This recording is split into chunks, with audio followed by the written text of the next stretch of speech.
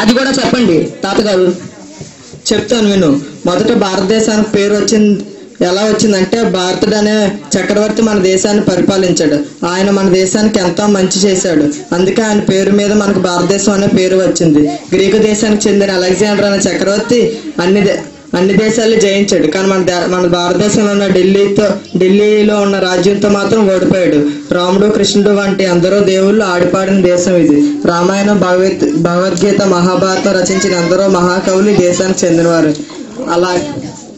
అలాగే వివేకానంద, శ్రీకృష్ణ పరమహంస, చిన్మయానంద, పూజ్య స్వామి తపోవనం, పూజ్య తేజో మాయానంద, గాంధీజీ, అల్లూరి సీతారామరాజు, భగత్ సింగ్ వంటి సమరయోధులు నెత్తురు చిందించుకొని పుట్టిన దేశం ఇది. అటువంటి ఈ దేశంలో పుట్టినందుకు నాకు ఎంతో గర్వకారణంగా ఉంది.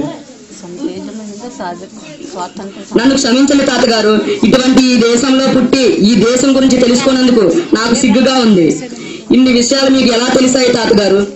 నేను చిన్నప్పుడు చిన్మయ బాల విహార్ సమ్మర్ క్యాంప్కి వెళ్ళాను. అందుకే నేను చదువుకోకపోయినా ఈ విషయాలన్నీ నాకు తెలుసు. ఇంత చక్కని సందేశం ఇచ్చినందుకు మీకు ధన్యవాదాలు. నేను కూడా మా పిల్లల్ని చిన్మయ క్యాంప్ లో చేర్పిస్తాను. నేను మీకు ఎప్పుడూ రుణపడి ఉంటాను. నాకు తెలిసిన మా ఫ్రెండ్స్ పిల్లలను కూడా ఈ చిన్మయ బాల విహార్ క్యాంప్ లో చేర్పిస్తానని మనం చేసుకుంటున్నాను. స్నేహితురా, మన అందరం వెళ్ళి విహారయాత్ర చేసి వద్దాం.